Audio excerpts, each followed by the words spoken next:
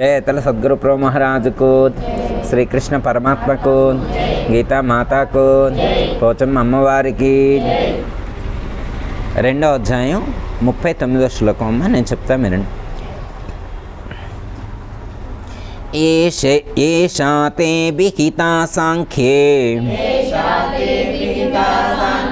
బుద్ధిర్యోగే త్విమాం శృణు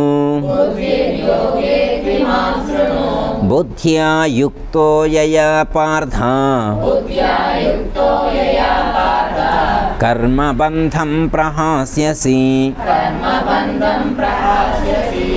ఓ అర్జున, ఇంతవరకు సాంఖ్యశాస్త్రమును చెప్పబడిన ఆత్మతత్వ నిశ్చయమును తెలిపి ఉంటుంది. ఇక యోగశాస్త్రమందలి కర్మయోగ సంబంధమైన వివేకమును నీకు తెలుపబోచున్నాను. దానిని ఎరింగినచో నీవు కర్మబంధము నుండి లెస్సగా విముక్తుడవు కాగలవు. కాబట్టి శ్రద్ధతో ఆలకింపము. నెక్స్ట్ ఇంకో శ్లోకం కూడా మీరు అనండమ్మా, నేను చెప్తాను. నేహాభిక్రమనాశోస్తి ప్రత్యవాయో న విద్యతే స్వల్పమప్యస్య ధర్మస్య త్రాయతే మహతో భయాత్. ఈ కర్మయోగము ప్రారంభింపబడినది నిష్ఫలము ఎన్నటికి కానేరదు. పూర్తి అగుటకు ముందుగా ఏ కారణము చేనైనను మధ్యలో నిలిచిపోయినను దోషము లేదు. ఈ కర్మయోగానుష్ఠానము అను ధర్మము ఒకంతైనను గొప్పదైన జనన మరణ ప్రవాహ రూపమైన సంసార భయము నుండి రక్షించుచున్నది.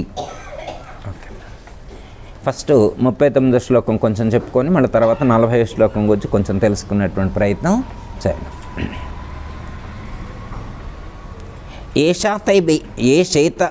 ఏషాతే అభిహిత సాంఖ్యే బుద్ధియోగో త్విమాం శృణు అని చెప్పి పరమాత్మ చెప్తున్నారు. అంటే ఏంటంటే, అర్జున, నేను ఇప్పటి వరకు నీకు సాంఖ్యయోగమును బోధించాను.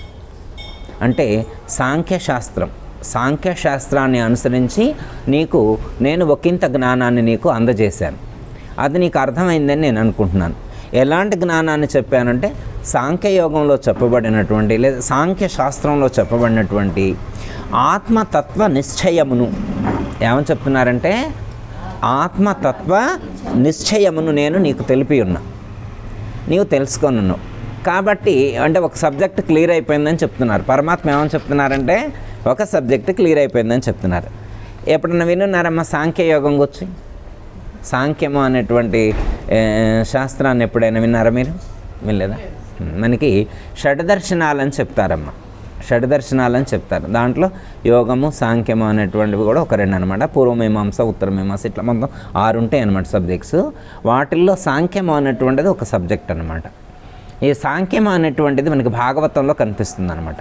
మీరు భాగవతం ఒకళ్ళు చదివి ఉన్నా కానీ ఈసారి ఎప్పుడైనా ఎప్పుడైనా ఉంటే వీళ్ళైతే చూస్తే దాంట్లో భాగవతంలో కపిలుడు అనే ఉంటారనమాట, కపిల మహాముని. ఆ కపిలుడు వాళ్ళ అమ్మగారికి దేవహూతి, వాళ్ళ అమ్మగారి పేరు దేవహూతి, వాళ్ళ అమ్మగారికి ఈ యొక్క సాంఖ్య బోధనను తెలియజేస్తారు. అంటే ప్రపంచంలో ఇలాంటి సందర్భం రావడం చాలా అరుదుగా ఉంటుందన్నమాట. ఎక్కడైనా కానీ తల్లిదండ్రులు పిల్లలకు బోధించేటువంటి సందర్భాలే ఎక్కువగా ఉంటాయి.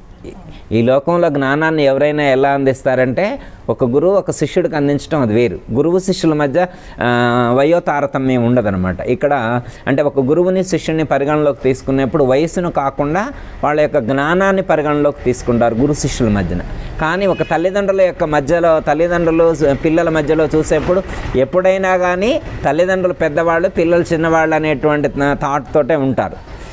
కానీ కపిలుడు బాలుడే అయ్యున్నప్పటికీ కూడా, కపిలుడు చిన్నవాడే అయినప్పటికి కూడా వాళ్ళ తల్లికి ఈ యొక్క దేవహూతి, తల్లి పేరు దేవహూతి, తల్లికి ఈ యొక్క సాంఖ్యయోగాన్ని మనకు భాగవతంలో సూచించడం అనేటువంటిది జరుగుతుంది.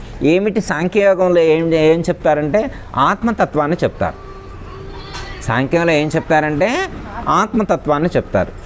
కృష్ణ పరమాత్మ కూడా అదే చెప్తున్నారన్నమాట. ఓ అర్జున, నేను నీకు సాంఖ్యశాస్త్రాన్ని అనుసరించి నీకు ఆత్మతత్వ నిశ్చయాన్ని నేను తెలియజేశాను, నువ్వు తెలుసుకున్నావు కదా అని ప్రశ్నిస్తున్నారు. నేను నీకు తెలియజేశాను, నువ్వు తెలుసుకున్నావు కదా అని చెప్పి ఎవరు చెప్తున్నారు? శ్రీకృష్ణ పరమాత్మ అర్జునుని అడుగుతున్నారు. పరమాత్మ చెప్పారా లేదా? ఇందులో ఉండి పలికేవాడు పరమాత్మ, ఇందులో ఉండి పలికేవాడు పరమాత్మ. వినే మీరందరూ అర్జునులు, వినే మీరందరూ అర్జునులు. లోపల నుండి పలికేది కృష్ణుడైతే వినే మీరందరూ అర్జునుడు. ఇప్పుడు పరమాత్మ ఎవరికి చెప్పారు? అర్జునుడు. అర్జునుడు అంటే ఎవరు? మీరే. అర్జునుడు అంటే ఎవరు? మీరే. ఇప్పుడు ఆ ఆత్మతత్వ నిశ్చయం మీకు అర్థమైందా అని చెప్పి ఎవరు అడుగుతున్నారు? పరమాత్మ అర్జునుడిని అడిగారు. ఇప్పుడు మీకు అర్థమైందా అని నేను కూడా అడుగుతున్నాను. ఎందుకంటే లోపల కృష్ణుడు ఉన్నాడు కాబట్టి, కృష్ణ చైతన్యం లోపల ఉంది కాబట్టి, మీరందరూ అర్జున స్వరూపాల్లో ఉన్నారు కాబట్టి మీకు ఆత్మతత్వం నిశ్చయమైందా అంటే నిశ్చయం కావాలి. ఆత్మతత్వం అనేటువంటిది నిశ్చయం కావాలి. మనకి ఎన్ని శ్లోకాలు చెప్పారు? దాదాపు ఒక 30 శ్లోకాలు దాకా చెప్పారు దీంట్లో పరమాత్మ ఆత్మతత్వాన్ని తెలియజేయటం కోసం. దేహం అశాశ్వతమని ఆత్మ సత్యము అనేటువంటిది మనకు దృఢం కావడం కోసం అనేకమైనటువంటి ఉపమేయాలతో పరమాత్మ మనకు ఈ 2వ అధ్యాయంలో సూచించడం అనేటువంటి జరిగింది. మరి ఇన్ని రోజులు వింటే మనకేమైనా అర్థమైందా? నిజంగానే అడుగుతున్నా నేను, ఉత్తకు కాదు. నిజంగానే పరమాత్మ అడగమన్నారని అడగట్లేదమ్మా, క్యాజువల్ కాదు, నిజంగానే అడుగుతానమాట. మీకు ఆత్మ అంటే ఏమైనా అర్థమైందా? ఏమో గురువుగారు మీరు చెప్తున్నారు ఆత్మ అంటే అంటున్నారు కాబట్టి వింటను, ఆత్మ అంటే వింటను అంతవరకైనా, లేదా ఆత్మ అంటే ఇది అర్థమైంది మాకు అని మనం చెప్పగలమా? ఎవరైనా చెప్తే చెప్పవచ్చు. ఆత్మ అంటే ఇది అని మనకు ఎంతవరకు అర్థమైంది? ఏమర్థమైంది? మన రివ్యూ కూడా చేసుకోవాలిగా ఒకసారి. మనం రోజు పాఠం చదువుకుంటున్నాం, మనం పాఠం ఎంతవరకు వచ్చిందో కూడా తెలుసుకోవచ్చుగా. మరి రోజు స్కూల్కి వెళ్ళి వస్తే ఏం ఉపయోగం? మరి ఇంటికాడ వాళ్ళందరూ ఏమనుకుంటారు? ఇంటికాడ పనులన్నీ వదిలేసి గుడికి వెళ్తున్నారంటే వాళ్ళు ఎంత జ్ఞానం నేర్చుకుంటున్నారో అనుకుంటారు అమ్మ. మరి తీరా వచ్చిన తర్వాత మనకి గుడికాడికి వచ్చిన తర్వాత ఆ ఉపయోగం ఎక్కువ లేదనుకో ఏమంటారు? అనుకోవాలిగమ్మ ఒకసారి. ఇప్పుడు పిల్లవాడు రోజు స్కూల్కి వెళ్తాను వస్తుందమ్మా, వాడు ఎన్ని రోజులు స్కూల్కి వెళ్ళింది ప్రధానమా, ఎంత నేర్చుకుంది ప్రధానమా? నేర్చుకున్నదే కదా ప్రధానం. ఇప్పుడు మనం ఎన్ని క్లాసులు విన్నది ప్రధానం కాదు, ఎంత నేర్చుకున్నామన్నదే ప్రధానం. ఇప్పుడు ఆత్మ అంటే ఏంటని నేను కాదమ్మా, మీరు ఎప్పుడైనా వెళ్ళారనుకో ఆత్మ అంటే ఏంటని ఎవరైనా అడిగారనుకో, మీరు భగవద్గీత చదువుతున్నారు ఆత్మ గురించి మీకు ఆ మాత్రం తెలియదని అన్నారనుకోండి, మాకెందుకు తెలీదు, మేము ఇప్పుడు 30 శ్లోకాలను ఆత్మతత్వం గురించి రండి చెబుతాను చెప్పి కూర్చోబెట్టి ఏం చెప్పమంటారు చెప్పండి అని. అలా ఆత్మ ఎక్కడ పుట్టిందో చెప్పమంటారా? చెబుతామా లేదా అమ్మా? చెప్తాను. లేదు అనిత గారు చెప్తా అంటున్నారు. ఓ చెప్పనన్నారా? Okay okay. అంటే మనకి అవగాహన కావాలా? అవగాహన కావాలి. ఎట్లా ఉంటుందంటే నేను కొన్ని మరి చెప్తున్నా, ఒక మాట చెప్తున్నా మీరు అర్థం చేసుకోండి. స్వీట్ షాప్ కాడికి వెళ్ళాడు తిందామని, స్వీట్ షాప్ కాడికి వెళ్ళాడు తిందామని. ఆయన షాపు ఓనరు తాళాలు వేసుకొని బయటికి వెళ్ళాడు. ఓనరు తాళాలు వేసుకొని బయటికి వెళ్ళాడు. స్వీట్స్ అన్నీ కనిపిస్తున్నాయా లేదా? షోకేస్లో నుంచి స్వీట్స్ అన్నీ కనిపిస్తున్నాయి. మరి తినతైద్దా? ఎందుకు కనిపిస్తున్నాయి కదా, మరి తినచ్చుగా. తాళం లేదు, ఏం లేదు, తాళం లేదు. తాళం ఉంటే ఆ తాళం తీసుకొని తినగలుగుతాం. ఇప్పుడు షోకేస్లో కనిపిస్తున్నా కానీ తాళం లేకపోతే తినలేం, తాళం లేకపోతే తినలేం. అలాగే వేదాంతంలో కూడా ఒక కీ ఉంటుంది, వేదాంతంలో కూడా కీ ఉంటుంది అనమాట. ఆ కీ పాయింట్ తెలిస్తేనే దృఢమవుతుంది. ఆ కీ పాయింట్ని మనం ట్రేస్ అవుట్ చేయగలగలమాట. ఆ కీ పాయింట్ లేకపోతే ఎవరికి తెలియదు, ఎవరికి తెలియదు. అందుకే మనకి చెప్తారు, వేమన యోగి చెప్తారు, మీరు వినేమంటారు పద్యం. గురువు లేని విద్య కూడదెవ్వరికైనా, అజునికైనా వా నబ్బకైనా, తాళంబు చెవి లేక తలుపెట్ల వచ్చురా విశ్వదాభిరామ వినురవేమ అన్నారు. గురువు లేకుంటే ఈ యొక్క జ్ఞానం అనేటువంటిది అంత తేలిగ్గా బోధపడేటువంటిది కాదు. గురువు లేని విద్య కూడదు ఎవరికైనా, ఎవరికైనా, నాకు కానీ మీకు కానీ ఎవరికైనా ఈ ప్రపంచంలో గురువు లేకుండా విద్యను అభ్యసించడం అనేటువంటిది సాధ్యమయ్యేటువంటి పని కాదు. అజునికైనా వానబ్బకైనా, అసలు ఎంత పెద్ద మాట వాడారో వినండి. గురువు లేని కూడదు ఎవరికైనా, అజునికైనా వానబ్బకైనా అన్నారు. అంటే ఏంటి? అజుడు అంటే ఎవరు? హెచ్ఐలు కానీ ఆయన కాదమ్మా. అజుడంటే ఎవరు? 4 ముఖాలు ఉన్నటువంటి బ్రహ్మదేవుణ్ణి అజుడు అంటారు. అంటే సృష్టికర్తని అజుడు అంటారు. అజుడు అంటే సృష్టికర్త. అజునికైనా అంటే సృష్టికర్తకైనా, లేకపోతే ఆయన పుట్టించినటువంటి వాడు ఎవరు? విష్ణుమూర్తి యొక్క నాభిలో నుంచి వస్తారని చెప్తారు కమ్మ. అజునికైనా వానబ్బకైనా అంటే బ్రహ్మదేవుడికైనా ఆయన పుట్టించినటువంటి విష్ణుమూర్తికైనా కానీ ఈ యొక్క విద్య అనేటువంటిది ఏ విద్య? బ్రహ్మ విద్య, ఆత్మ విద్య అనేటువంటిది బోధపడేటువంటిది కాదు అన్నారు. చివరిలో ఈ మాట చెప్పారన్నమాట. తాళంబు చెవి లేక తలుపెట్లవచ్చురా విశ్వదాభిరామ వినురవేమ. ఏమన్నారు? తాళంబు చెవి లేక తలుపెట్లవచ్చురా. తాళం చేయలేకుండా తలుపు తీయడం అంటే ఇప్పుడు రోజుల్లో అంటే రంపాలు అవి వాడతాం గురువు గారు అని అంటారేమో. అట్లా కాదనమాట. డ్యామేజ్ అవ్వకుండా, అర్థమైందా? తాళాలు పగలగొట్టకుండా తలుపు తీయడం ఎట్లా కష్టమో ఉందో పగలగొట్టే విషయం చెప్పట్లే ఇక్కడ, డ్యామేజ్ చేసే దాని గురించి చెప్పట్లేదమ్మా. అర్థమైందా? తాళం చేయలేకుండా తలుపు తీయడం ఎట్లా కష్టమో, తాళం చేయలేకుండా స్వీట్ ఎలా తినలేకుండా పోతున్నామో స్వీట్ షాప్ కాడికి వెళ్ళినట్లు, అట్లే గురువు లేకుండా ఈ యొక్క విద్య అనేటువంటిది బోధపడదు అని చెప్పడం అనేటువంటిది జరిగింది. నాకు తోచినంత వరకు మీకు చెప్తున్నా. అయినా మీకు అర్థం కాలేదంటే మీరు క్వశ్చన్ వేయాలి. మీకు ఎప్పుడైనా అర్థం కాకపోతే గురువుగారు ఏంటండి మాకు అర్థం కావట్లేదని మీరు క్వశ్చన్ వేస్తే ఇంకేమైనా నేను సలహాలు సూచనలు చెప్పేటువంటి ప్రయత్నం చేస్తా. మీరేం క్వశ్చన్స్ వేయకుండా ఏదో గురువుగారు చెప్తున్నారు బాగానే ఉందిలే అని చెప్పి వెళ్తూ ఉంటే మనం వినటానికే సరిపోతాం. అయినా థియరీ పార్ట్ మాత్రమే తెలుస్తుంది. థియరీ పార్ట్ వల్ల కొంత ప్రయోజనమే ఉంటుంది. ప్రాక్టికల్స్ కూడా తెలియాలి మనకి. ప్రాక్టికల్స్ కూడా మనం చెయ్యాలి. ప్రాక్టికల్స్ ఎక్కడ చేయాలా? ఇంటికాడ చేయాలా? ఎక్కడ? మన నిజ జీవితంలోనే ప్రాక్టికల్స్ చేయాలి. నిజ జీవితంలోనే ప్రాక్టికల్స్ చేయాలి. ఇక్కడ ఏమని చెప్తున్నారు? ఆత్మతత్వము నీకు బోధించాను, నీకు బోధపడిందా అని చెప్తున్నారు. ఇప్పుడు మనం విన్నటువంటి వాళ్ళు మనం అందరం ఏమనాలా? మాకు బోధపడింది అనాలి. ఎప్పుడు? బోధపడినప్పుడు. ఎప్పుడనాలా? బోధపడినప్పుడు బోధపడింది అనాలా. ఇప్పుడు ఎట్లా ఉంది ఇప్పటివరకు మనం విన్నది? ఇప్పటివరకు ఎట్లుందంటే అర్థమైనట్లే ఉంది కానీ ఏదో అర్థం కావట్లా. అర్థమైందమ్మా? ఏదో తెలిసినట్లే ఉంది, ఆత్మ అంటే ఏందో తెలిసినట్టే ఉందిలే కానీ ఏదో సంథింగ్ మళ్ళీ ఏదో కొంత తెలియనట్లు కూడా అనిపిస్తుందా మీకు? అట్లేం లేదు గురుగారు మొత్తం అర్థమైందని అంటారా? ఓకే, ఈసారి చెప్పడానికి కూడా ట్రై చేయండి. ఓకే అమ్మా. నెక్స్ట్ అయితే తెలిపిండి. ఇక యోగశాస్త్రమందలి కర్మయోగ సంబంధమైన వివేకమును నీకు తెలుపబోచున్నాను. అంటే గత వారంలో చెప్పినటువంటి 38వ శ్లోకంలో చెప్పినటువంటి భావానికి రిలేటెడ్గానే ఇక్కడ ఇంకో పదప్రయోగం చేస్తున్నారనమాట. కర్మయోగ సంబంధమైనటువంటి ఆ జ్ఞానాన్ని నీకు బోధిస్తాను అంటున్నారు.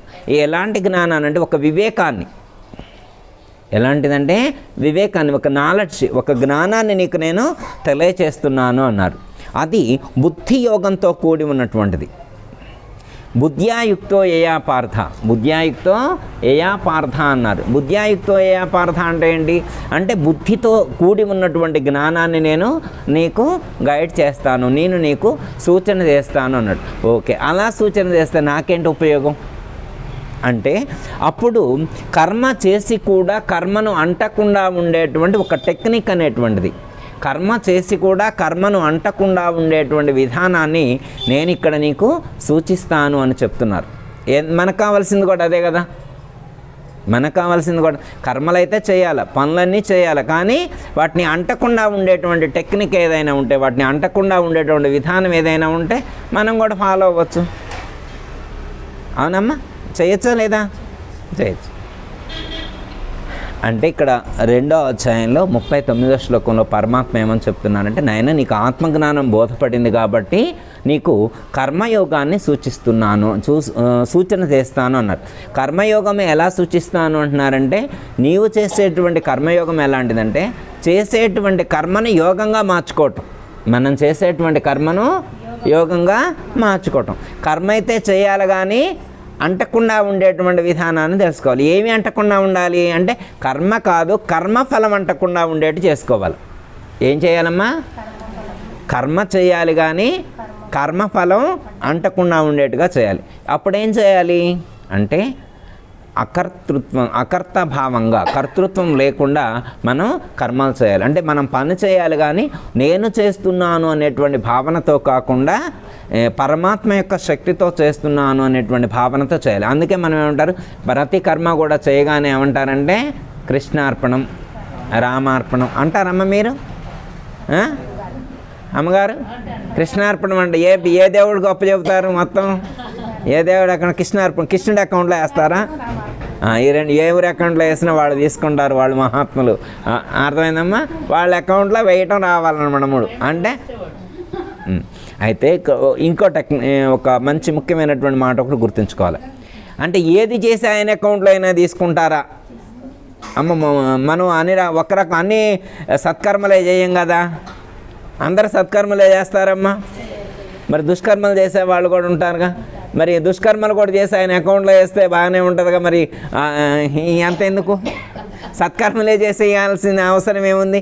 దుష్కర్మలు కూడా చేసేయచ్చు కదా అని అనుకుంటాం కదా.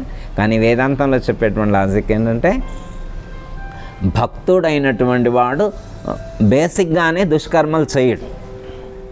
భక్తుడు అంటేనే ఏంటి? దుష్కర్మలు చేయడు, చెయ్యనివాడు.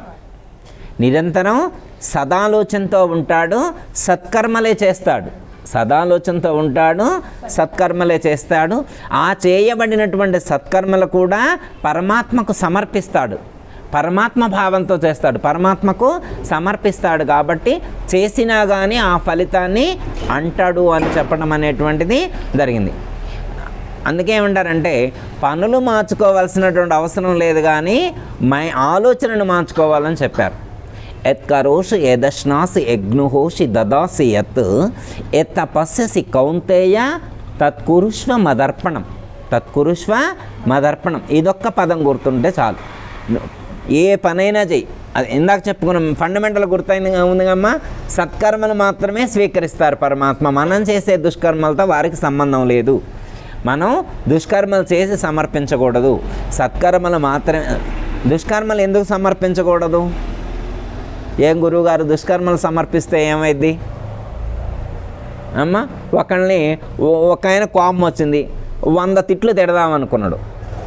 100 తిట్లు తిడదాం. 100 తిట్లు తిట్టిన తర్వాత కృష్ణార్పణం అంటే ఏమైంది అని అంటాడు ఆయన. ఇప్పుడు మంచి పనులే తీసుకుంటాడా, ఇవి తీసుకోడా అని అంటారు. భక్తుడు అంటేనే ఫండమెంటల్ అమ్మ. భక్తుడు అంటేనే దుష్కర్మలు చేయడని అర్థం. అంతేకమ్మా. ఇక తిట్టడు అనమాట. తిట్టేవాడు భక్తుడే కాదు, తిట్టేవాడు భక్తుడే కాదు. దుష్కర్మలు అసలు చేయకూడదు. దుష్కర్మ భక్తుడు ఎలా ఉంటాడో లక్షణాలు ఇంకా ముందు చెప్తారమ్మా.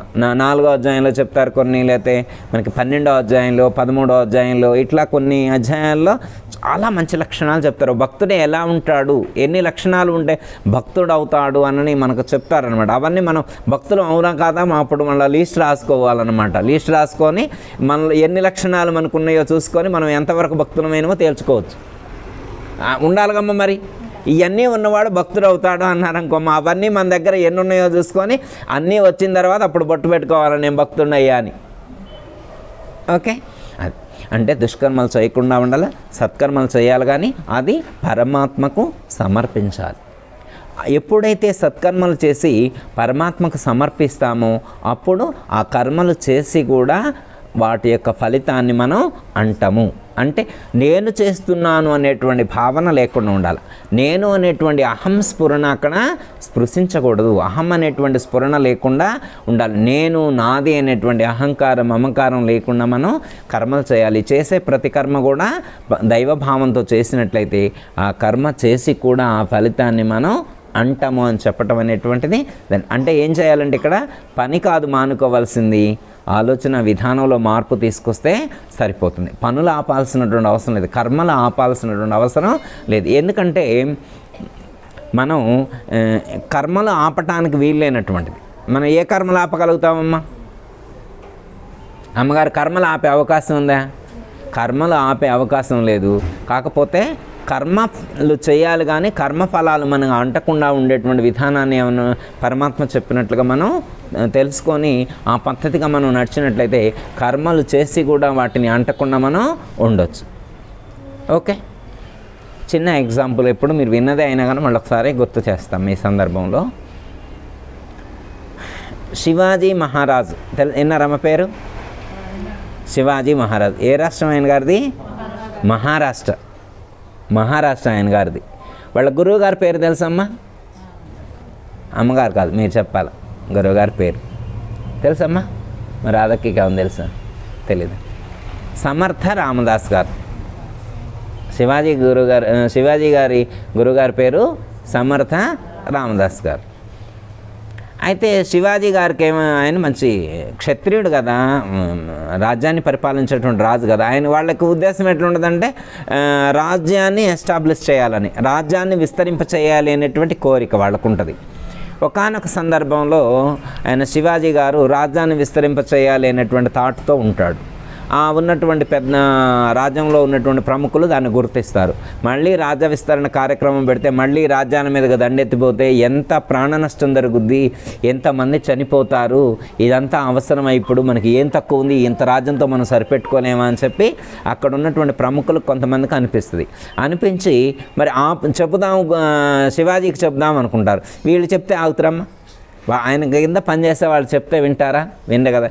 ఈయన ఆగాలంటే గురువు గారు చెప్తే వింటాడు. ఈయన ఇంకెవరు మాట విండు, శివాజీ ఇంకెవరు మాట విండు, ఇక గురువు గారు చెప్తేనే వింటాడు అని చెప్పి వీళ్ళు డైరెక్ట్గా గురువు గారి దగ్గరికి వెళ్ళి ఎట్లయినా రాజ్య విస్తరణ కార్యక్రమాన్ని ఆపండి అని చెప్పి వెళ్ళి ఆయన గారితో చెప్తే అప్పుడు గురువుగారు వచ్చేస్తారు, వెంటనే వచ్చేస్తే గురువుగారు వస్తున్నారని ఊరు ముందుకు వచ్చాక తెలుస్తుంది అనమాట. అయ్యో, అకాలంగా గురువుగారు అట్లా చెప్పపేటకుండా రారుగా. గురువుగారు ఎప్పుడైనా విత్ ఇన్ఫర్మేషన్ తోటే వస్తారు. వస్తున్నా అని వాళ్ళు ఆహ్వానించితే వస్తారు, లేకపోతే వచ్చే ముందు కూడా నేను వస్తున్నా అని చెప్పి వస్తారన్నమాట. అన్ఎక్స్పెక్టెడ్గా రారన్నమాట. ఏంటబ్బా గురువుగారు ఇట్లా అన్ఎక్స్పెక్టెడ్గా వచ్చారని అనుకుంటాడు. మరి అయినా కానీ మరి గురువుగారు వచ్చినప్పుడు చూసుకోవాలి కదా అని చెప్పి గురువుగారిని సాదరంగా ఆహ్వానించి మరి వారికి పాదోపచారాలు చేసి పాదాలు కడిగి నీళ్ళు చల్లుకొని లోపలికి తీసుకువెళ్ళి అవన్నీ ఫార్మాలిటీస్ అన్నీ మెయింటైన్ చేస్తారు. అవన్నీ చేసిన తర్వాత కూర్చోబెట్టిన తర్వాత గురువుగారు మరి అన్ఎక్స్పెక్టెడ్గా ఇలా వచ్చారు, మరి కారణం తెలియదు, అకారణంగా వచ్చారు మహాదేవ అని చెప్పి నమస్కారం చేస్తారు. కాదయ్యా, నాకు కొంచెం ఒక ఆలోచన నుండి వచ్చాను అంటారు. ఏం కావాలి గురువుగారు అంటాడు. అంటే ఈ రాజ్యం కావాలయ్యా అంటాడు. గురువుగారు ఏమన్నాడు? రాజ్యం కావాలి. ఎవరైనా గురువుగారు మన ఇంటికి వచ్చి మీ ప్లాట్ రాపించుకుందామని వచ్చా అన్నారనుకోమ్మా, ఏమంటాం? గురువుగారు ఎవరన్నా వచ్చి మీ ప్లాట్ రాపించుకుందాం అనుకొని వచ్చా, లేకపోతే మీకు అక్కడ శంషాబాద్ కాడ ఉన్నటువంటి 3 ఎకరాలు రాయించుకుందామని వచ్చా, అక్కడ ఒక ఆశ్రమం కడదాం అనుకుంటున్నారని అనుకో, సరే మంచిది గురువుగారు రండి రాసిస్తా అంటామా? అనేవాళ్ళు లేరా? ఉంటారు, అనేవాళ్ళు కూడా ఉంటారు. మనం కూడా అనే స్థాయికి ఎదగాల. గురువుగారు మేము కనుక సత్సంగానికి వచ్చి 3 ఎకరాలు కనుక గురువుగారికి రాసిస్తానంటే ఇంటికి రానిస్తారా మమ్మల్ని? మళ్ళా ఆశ్రమం కాడే ఉండిపో అంటారు అనుకుంటున్నాం. సరే, ఈయన అడుగుతారు, రాజ్యం కావాలయ్యా అంటారు. గురువుగారండి, అసలు ఇవ్వటానికి నా దగ్గర ఏం మిగిలింది? తనువు, మనసు, ధనము, తెలివి, నా సర్వస్వాన్ని మీకెప్పుడో సమర్పించ, ఇంకా నా దగ్గర ఏం మిగిలిందని అడుగుతున్నారు. ఈ రాజ్యం కూడా మీదే, నాదని అనుకుంటున్నారా? మీదే. నాకు నేనే సమర్పించబడినప్పుడు ఇంకా రాజ్యం మిగిలి ఉంటుందా? నన్ను నేనే సమర్పించుకున్నప్పుడు ఈ సొక్కా ఇవ్వకుండా ఉంటున్నా? అమ్మ, సర్వం సహా మీదే తండ్రి అంటాడు. అట్లా కాదులే అయ్యా, నాకు పేపర్ మీద రాసి ఇవ్వంటాడు. సరే గురువుగారు, మీ ఇష్టం, మీరు ఎట్లా అంటే అట్లా, మీరు ఏది ఆజ్ఞాపిస్తే నేను బద్ధుడనై ఉంటా, శిరసా వహిస్తా, మీరే చెప్తే సరే అయ్యా అంటాడు. రేపు ఏర్పాటు చేయంటాడు. సభ ఏర్పాటు చేస్తారు. అందులో సభలో జనం మొత్తం ఆసీనులై ఉంటారు, అధికారులు ఆసీనులై ఉంటారు. ఉన్న తర్వాత రాస్తారనమాట, పేపర్ మీద మొత్తం అగ్రిమెంట్ రాసిన తర్వాత చదువయ్యా అంటారు. ఏం రాసావో నేను బ్రీఫ్గా చదవంటారు. సరే అనిపిస్తారు. ఈ రాజ్యం గురువుగారి రాజ్యం, ఈ రాజ్యం గురువుగారి రాజ్యం, ఈ రాజ్యం గురువుగారి రాజ్యం అని 3 సార్లు పలుకుతారు. కాగితాలు ఇచ్చిండు, నమస్కారం చేసిండు. ఇప్పుడు గురువుగారు లేచి నిల్చున్నారు. కాగితం పట్టుకున్నారు, ఇలా అన్నారు, ఇది ఎవరి రాజ్యం? ఎవరి రాజ్యం? గురువుగారి రాజ్యం అన్నారు. సరే ఇది గురువుగారి రాజ్యం. అప్పుడు మళ్ళీ ఆ పేపర్లో ఆయనకే ఇచ్చాడు. ఎవరికి ఇచ్చాడు? శివాజీకే ఇచ్చాడు. ఈ రోజు నుంచి ఇది గురువుగారు రాజ్యం అనుకొని పరిపాలించు. ఈ రోజు నుంచి ఇది గురువుగారు రాజ్యం అనుకొని పరిపాలించు అన్నాడు. ఇప్పుడు పాలించే ప్రభువు మారిండా? ప్రజలు మారారా? అధికారులు మారారా? ఏమీ మారలేదు. ఏమీ మారలేదా? ఏదైనా మారిందా? ఆలోచన విధానం మారింది. అంతేకమ్మా, ఆలోచన విధానం మారింది. శివాజీ ఇంతకు నా రాజ్యం అని పరిపాలిస్తూ ఉన్నాడు. ఇంతకుముందు ఏమన్నాడు? నా రాజ్యం అని పరిపాలిస్తున్నాడు. ఈ క్షణం నుంచి ఎవరి రాజ్యం అంటుండు? గురువుగారి రాజ్యం అని పరిపాలిస్తున్నాడు. గురువుగారి రాజ్యం అని పరిపాలిస్తున్నాడు కాబట్టి అది ఎవరి రాజ్యం? గురువుగారి రాజ్యం. గురువుగారి రాజ్యంలో పనిచేసేప్పుడు దాని యొక్క లాభ నష్టాలు ఎవరికి సంబంధం ఉంటాయి? గురువుగారు. ఆయనకి ఏమైనా సంబంధమా? ఆయనకేం సంబంధం లేదు.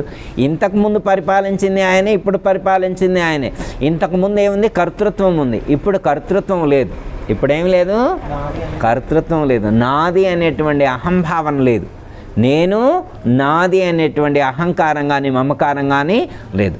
ఇలా అర్థమైందా? ఇప్పుడు శివాజీ ఎట్లయితే ఇది గురువుగారి రాజ్యం అని పరిపాలించాడో, ఇప్పుడు గురువుగారి రాజ్యంలో ఏం చేయాలా? ఇక యుద్ధం చేయొచ్చా? గురువుగారి రాజ్యంలో యుద్ధం చేయకూడదు. ఏం చేయాలా? హోమాలు చేయాలా, యజ్ఞాలు చేయాలా, చెట్లు నాటించాలా, వేద పాఠశాల కట్టించాలా, ఆధ్యాత్మిక విద్యను ప్రచారం చేయాలి. గురువుగారి ఆలోచనలు ఎలా ఉంటాయో, గురువుగారి యొక్క మైండ్ సెట్ ఎలా ఉందో, గురువుగారి యొక్క భావాలతోటి రాజ్యాన్ని పరిపాలన. గురువుగారు సింహాసనం మీద కూర్చుంటే ఏం ఆలోచిస్తారో అది ఆలోచించి ఆయన పరిపాలించాలి. ఇక సొంతం లేదు. ఇప్పుడు దేవాలయాలు కట్టించేటువంటి కార్యక్రమం అర్థమైందమ్మా. అంటే ఒక చేసే విధానం మారకపోయినప్పటికీ కూడా ఆలోచన మారాలి. అర్థమైందమ్మా.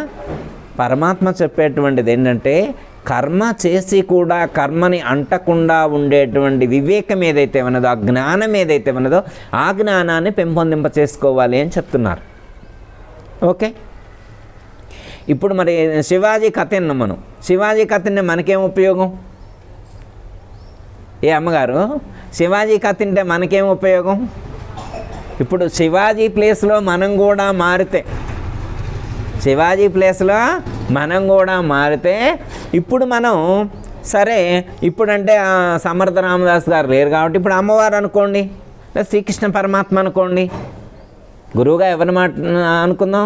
నన్ను అనుకున్నా పర్లా, పోచమ్మ అని అనుకున్నా పర్లా, శ్రీకృష్ణ పరమాత్మను అనుకున్నా పర్లే. ఇప్పుడు మనం మొత్తం గురువుగారికి రాసిద్దాం, శ్రీకృష్ణ పరమాత్మకు సమర్పించుదాం. నేనంటే మళ్ళీ వచ్చి అడుగుతున్నాం, ఆయనైతే అడుగుతారమ్మా, ఇంకో ఆయనకే రాసిస్తే మళ్ళీ అడగడు కాబట్టి రాసిస్తున్నాం. అడిగేట్టయితే రాసిస్తామా అమ్మా? అడిగేట్టయితే మళ్ళీ రాసాం. ఇప్పుడు గుళ్ళల్లో కూడా దేవుళ్ళు కూడా అమ్మా మళ్ళీ పెట్టినంత తిని ఊరుకుంటున్నారు కాబట్టి ఎక్కువ అడిగితే మళ్ళీ పెడతారా? వీళ్ళు పెట్టింది ఎంత పెడితే అంత తిని ఊరుకుంటున్నారు. ఆ దేవుళ్ళు కూడా మాట్లాడటం లేదన్నమాట, ఇంకొంచెం దేశారానని అంటలేదు కాబట్టి మనందరం ప్రశాంతంగా సమర్పించుకుంటున్నాం. ఓకే. ఇప్పుడు మనల్ని మనం సమర్పించుకోవాలి. మనల్ని మనం ఆ స్వామికి పుష్పంగా సమర్పించుకోవాలి. అర్థమైనా? ఇప్పుడు మనల్ని మనం స్వామికి సమర్పించుకుంటే నేను అనేటువంటి అహం ఉండదు, ఇక నాది అనేటువంటి అహం ఉండదు, నేను అనేటువంటిది ఉండదు, నాది అనేటువంటిది ఉండదు. చేసే ప్రతి కర్మ చేస్తాం కానీ ఇది పరమాత్మకు సంబంధమైనటువంటిది అనుకోవాలి. ఇప్పుడు నన్ను నేనే సమర్పించుకున్నాం అనుకోమ్మా, ఈ కన్నుతో చూసే ప్రతి ఒక్కటి కూడా పరమాత్మకు సంబంధించిందే, మనకు సంబంధించింది కాదు. ఎందుకంటే మొత్తం సమర్పించుకున్నాం కదా. నాకు నేనుగా సర్వస్వాన్ని కూడా పరమాత్మకు సమర్పించుకునేటువంటి విధానం ఏదైతే ఉన్నదో దాన్ని కర్మను అంటకుండా ఉండేటువంటి విధానం అంటే అది. ఓకే అమ్మా. అప్పుడు ఏమండి గురువుగారు ప్రతి ఒక్కటి నిమిషానికి ఇవన్నీ సమర్పించుకోవడం కష్టమైద్దేమంటారు. ఇప్పుడు అన్నం తినం ఎమ్మటే సమర్పించడం, మంచినీటి తాగిన వెంటనే సమర్పించడం, ఇల్లు ఉడ్చిన వెంబడే సమర్పించడం, దండం పెట్టిన వెంబడి ఈ ప్రతి ఒక్కడే సమర్పించడం మాకు కష్టమైద్దేమో నిమిషానికంటే అసలు అవసరంలా.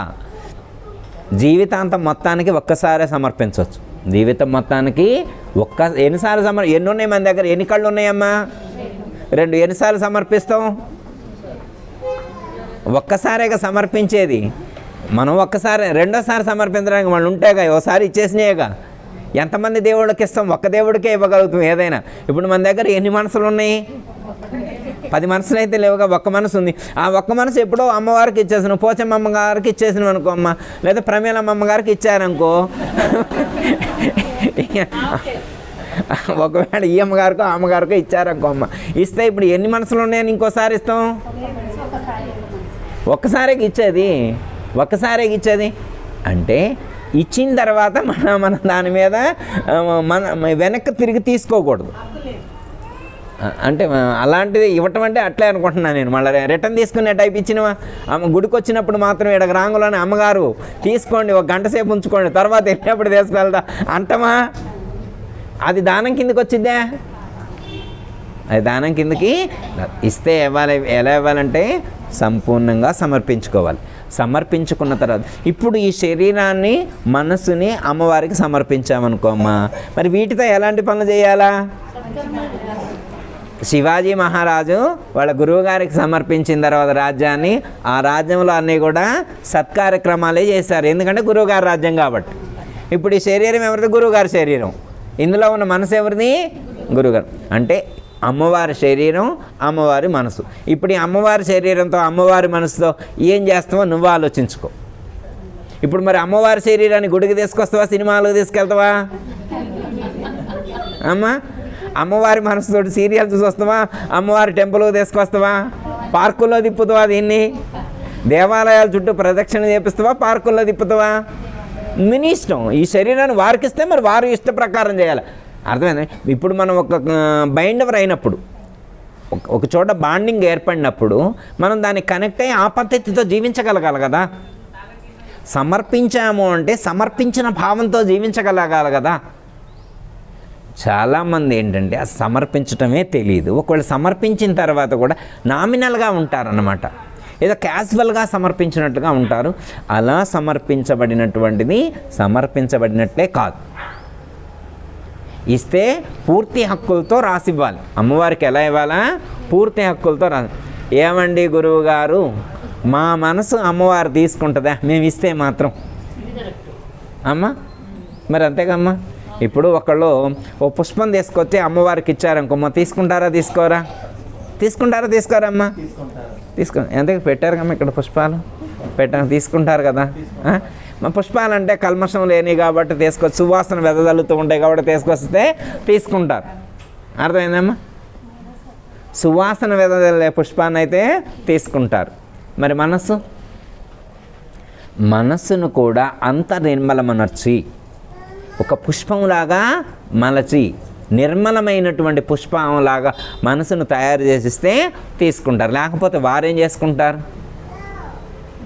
అర్థమైందమ్మా? మనకు చదువుతాం కదా, ఇప్పుడు కుళ్ళిపోయినటువంటి పండును తీసుకొచ్చి ఎవరైనా సమర్పిస్తారమ్మా దేవుడికి? అమ్మ వాసన వస్తుంటే సమర్పిస్తారా? సమర్పించరు కదా. అలాగే అంటే కుళ్ళిపోయినటువంటి పండును ఎలా సమర్పిస్తే తీసుకోరు, మలినమైనటువంటి పండుని ఎవరైనా ఇస్తే తీసుకోరు. పోనీ పచ్చికాయని తీసుకొచ్చి ఇస్తే తీసుకుంటారా? పచ్చికాయ కూడా దేవుడి దగ్గర పెట్టరమ్మా, పండితేనే పెడతారు. ఎప్పుడు పెడతారు? పండితేనే. ఎప్పుడు ఇంతకుముందు చెప్పుకున్నామో మళ్ళీ ఒకసారి గుర్తు చేస్తాం, మీకు గుర్తుంచుకోండి. పండుగ చేసుకుంటాం కదా. పండుగ అంటే ఏంటి? పండుగ అంటే చాలామంది పరమన్నం వండుకోవడం, గారెలు వండుకోవడం,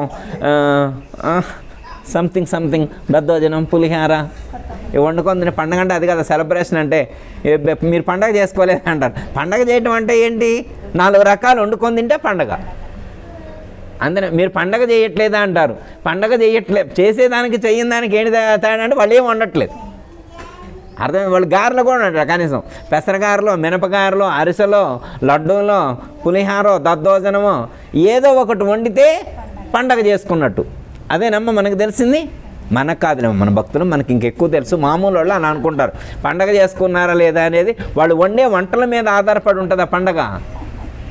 వంటల మీద దేవుడు మనం వండే వంటల కోసం ఎదురు చూస్తారా? అబ్బా వీళ్ళు బాగా పండగ చేస్తున్నారు, వీళ్ళ ఇంటికి వెళ్ళి కూర్చోవాలని అనుకుంటాడు ఆ దేవుడు. ఆయనకేమన్నా తింటామంటే ఆయనకేమైనా ఇష్టమా? అమ్మ ఆయన మన తిండి కరువాసం ఉన్నాడు. దేవుడు ఎప్పుడూ తినలేదా మనం పెట్టే లడ్డూలు? ఈ ప్రపంచంలో ఎవరుండిన పులిహార తినలా, మన ఇంటికే వచ్చి తింటాడు. అంటే దేవుడు తిండిపోతు అనుకుంటారు తెలియక. అర్థమైందమ్మా? 4 రకాలు చేసి పెడితే ఆయనే ఎగరేసుకుంటూ ఆయనే వస్తాడులే అనుకుంటారు. అర్థమైందమ్మా?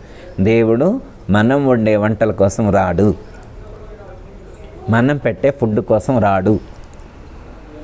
అర్థమైందమ్మా? మన యొక్క భౌతికమైనటువంటి గొప్పతనాలు కానీ, భౌతికమైనటువంటి అధికారాలు కానీ, భౌతికమైనటువంటి అహంకారాలు కానీ, భౌతికమైనటువంటి అలంకారాలు కానీ ఆయనకు అవసరం లేదు. ఆయనకి అవసరం లేదు. ఏం అవసరం ఆయనకి? అమ్మ నిర్మలమైన మనస్సు కావాలి. అమ్మయ్య, మనకు ఒకటి అర్థమైంది. పోచమ్మ అమ్మవారు మనకు ఒకటి అర్థమయ్యేట్టు చేశారు. నిర్మలమైన మనస్సు ఉంటే పండగ చేసుకున్నట్టు. పండగ అంతరార్థం ఏంటంటే పండుగ మారటం. ఎలా ఏం కావాలమ్మా? పండుగ అంటే ఏంటి? మనం పండుగ మారటం. పండుగ మారాలి. పండుగ మారాలంటే ఏం చేయాలి? లోపల పచ్చి లేకుండా చూసుకోవాలి. అంతా పచ్చేగా గురువుగారు, అంత చర్మం మొత్తం పచ్చి పచ్చిగానే ఉందిగా, ఈ ఆడ కాలుతుంది దీన్ని కాలుస్తామా? మీకు గోరా కుంభార్ అనే భక్తుడి గురించి తెలుసమ్మా? విన్నారా ఎప్పుడైనా? గోరా కుంభార్ ఏం లేదమ్మా? ఒకసారి ఒక గురువుగారు కొంతమంది భక్తులను తీసుకొని వాళ్ళ ఇంటికి వెళ్తాడు. కొంతమంది అమ్మ ఆయన పేరే గోరా కుంభార్. చక్రధారి అంటారు కదమ్మా. చక్రధారి అనే ఆయన పేరే, ఆయన చక్రధారి కాకముందున్న పేరు గోరా కుంభార్. గోరా కుంభార్. మనకి పాండురంగ భక్త విజయం అని ఒక పుస్తకం ఉంటుందమ్మా. పాండురంగ భక్త విజయం అని, దాంట్లో 1000 కథలు ఉంటాయి. పాండురంగ భక్త విజయం అని 1000 కథలు ఉంటాయి.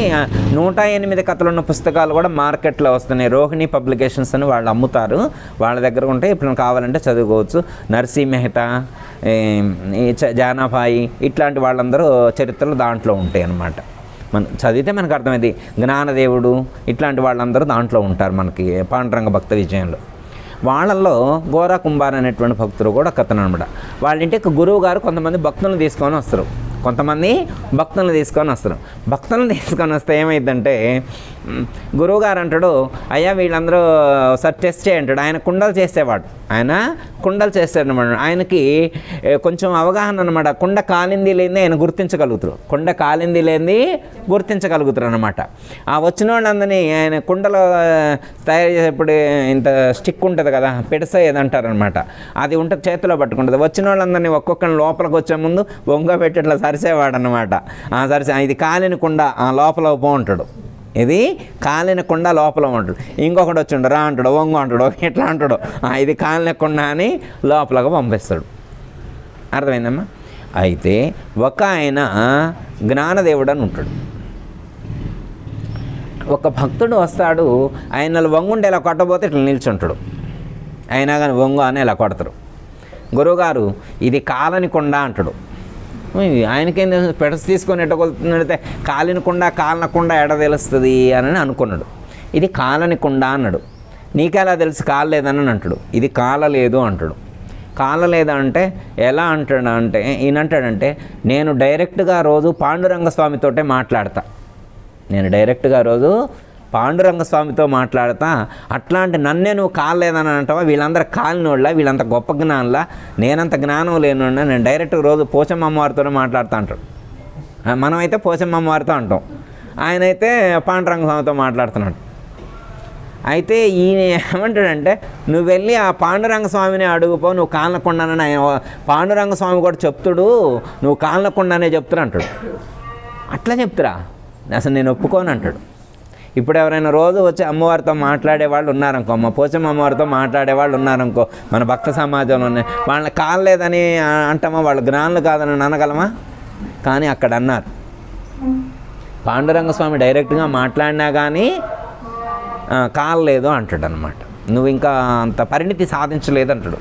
వెళ్ళి డైరెక్ట్ పాండురంగ స్వామిని అడుగుతాడు, ఏమి స్వామి నేను ఏదో కాలనకుండా అంటున్నారు, నేను పరిణితి సాధించలేదు అంటున్నారు, ఏమిటంటే అవును నిజమే కదయ్యా అంటాడు. నిజమే కదా. అదేంటి స్వామి, రోజు నేను డైరెక్ట్ నీతోనే మాట్లాడుతాను, నీతో మాట్లాడేవాడు కూడా ఇంకా కాలేది వేరే ఉంటుందా అంటాడు. అవునయ్యా ఉంటుంది, అహం అనేటువంటిది ఉంటుంది మనిషిలో, అది చావాలి. మనిషిలో నేను నాది అనేటువంటి అహంకారం మమకారాలు ఉంటాయి, అవి పోవాలి. అవి నువ్వు ఒక గురువు దగ్గరకు చేరి వారి దగ్గర బ్రహ్మోపదేశం పొందినప్పుడు మాత్రమే నీకున్నటువంటి అహంకార మమకారాలు తొలగుతాయి అంటాడు. మరి ఇప్పటికిప్పుడు నాకు ఆ గురువు ఆడి నుంచి దొరుకుతాడు స్వామి అంటాడు. నీకు గురువు దొరకాలంటే సరే పలానా ఊరు వెళ్ళు, పలానా ఊరు వెళ్తే ఆ ఊరిలో ఊరు బయట ఒక శివాలయం ఉంటుంది, ఆ శివాలయంలోకి వెళ్ళి అక్కడ నీకు ఉపదేశించేటువంటి గురువు గారు ఉంటారని చెప్తారు. అమ్మయ్య సరే వెంటనే నేను కూడా కాలగలుగుతా, నేను కూడా జనజీవనంలో కలవచ్చు అని అనుకుంటాను. వెళ్ళి ఆయన గురువుగా పాండురంగ స్వామి చెప్పినటువంటి గుళ్ళోకి వెళ్తారు. గుళ్ళోకి వెళ్తే అక్కడ ఎవరు ఉండరు, గురువుగారు ఎవరు ఉండరు. అదేం స్వామి, సాక్షాత్తు పాండురంగ స్వామి పంపించాడు, ఇక్కడ గురువుగారే లేరు అని అనుకుంటాడు. అలా అనుకున్నట్టు అటు ఇటు చూస్తున్న టైంలో అక్కడ ఒక ముసలాయన పడుకొని ఉంటాడు. 108 ఆయనకి, ఎన్ని 108, 108 సంవత్సరాల వృద్ధుడు, కురువృద్ధుడు. ఆయన పడుకొని ఓం నమ శివాయ ఓం నమ శివాయ అంటాడు. బాగానే ఉంది అంటే అన్నాడు, బాగానే ఉంది. తలకాయ కిందకి పెట్టి కాళ్ళు శివలింగం మీద పట్టు పండుకుండు. ఆయన ఎలా పడుకున్నాడు, తలకాయ మామూలుగా పెట్టి కాళ్ళు శివలింగం మీద పెట్టి పండుకొని ఓం నమ శివాయ అంటుండు. సరే ఈయన బాగా ఆలోచన, ఉన్నదే ఈ ఒక్క ఆయన ముసలాయన ఉన్నాడు, ఈయన సరిగా మాట అయినా సరిగా వచ్చిద్దో రాదు. మరి పాండురంగ స్వామి చెప్పిండంటే ఈయనే అయ్యి ఉంటుండు నా గురువుగా, ఈయన ఒక్కడే ఉండంటే ఈయనే కదా. మరి ఆ స్వామి చెప్పింది నిన్నేనా అంటాడు, అవును నన్నేనయ్యా అన్నాడు. నువ్వు గురువే అన్నా, అవును నేను గురువే అంటాడు. మరి కనీస జ్ఞానం లేనోడు వీడి దగ్గర నేను ఎట్ట ఉపదేశం తీసుకునేని, కనీసం మినిమం నాలెడ్జ్ కూడా లేదు. శివలింగం మీద కాళ్ళు పెట్టినోడి దగ్గర ఎట్లా ఉపదేశం తీసుకుంటామంటే అసలు బాగా ఆలోచిస్తుంటాడు. ఏమి స్వామి నీకు అసలు ఏమైనా వివరం ఉందా, వయసు పెరిగిన తర్వాత మతి చెల్లించిద్ది అంటారు కదా, అట్లా ఏమైనా చెల్లించిందా ఏంటి నీకు, శివలింగం మీద కాళ్ళు పెట్టున్నావు, అసలు నీకు ఏమైనా వివరం ఉందా, ఇట్లాంటి జ్ఞానం లేనటువంటి వాళ్ళ దగ్గర నేను ఎట్లా ఉపదేశం తీసుకునేది.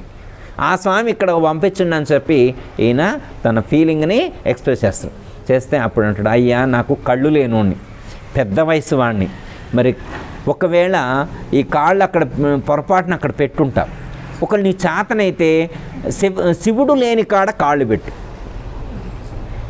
ఇప్పుడు ఇక్కడ పెడితే శివుడు ఉన్నాడు అంటున్నావు కదా, శివుడు లేని చోట్ల పెట్టు కాళ్ళు అంటాడు.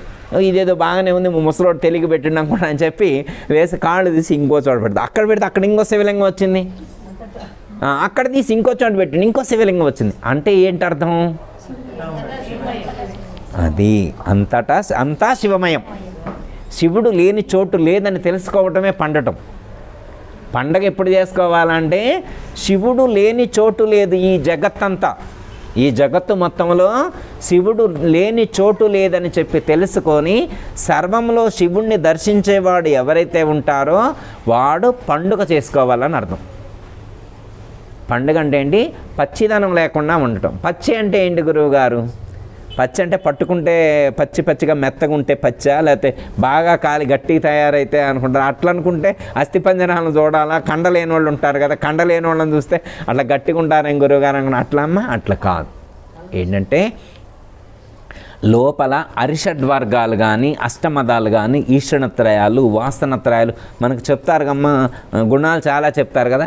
ఇలాంటి గుణాలు ఏమీ లేనటువంటి వాడు, ఇలాంటి గుణాలన్నీ ఏవీ లేనటువంటి వాడు పండినట్టు. అర్థమైందమ్మా. ఒక 4 గుణాలు తక్కువ ఉంటే కొద్దిగా ఎక్కువ పండుతున్నట్టు అర్థం, గుణాలు ఎక్కువ ఉంటే పచ్చిగా ఉన్నట్టు అర్థం. అర్థమైందమ్మా. ఇప్పుడు సపోజ్ ఉదాహరణకి అందరికీ జై గురు. మరిన్ని ఆధ్యాత్మిక రహస్యాల కోసం అచల బోధ, ఆత్మబోధ, భగవద్గీత, అలాగే పండుగల్లో దాగిన అర్థాలు, అంతరార్థాల కోసం మరియు యోగము, ధ్యానము మొదలైన అనేక ఆధ్యాత్మిక తెలుగు ప్రవచనాల కోసం క్రింద ఉన్నటువంటి రెడ్ కలర్ సబ్స్క్రైబ్ బటన్ను క్లిక్ చేయండి. అలాగే ప్రక్కనే ఉన్నటువంటి గంట సింబల్ను నొక్కండి. అలాగే ఈ వీడియో మీకు నచ్చినట్లయితే లైక్ చేయండి మరియు షేర్ చేయండి. జై గురు.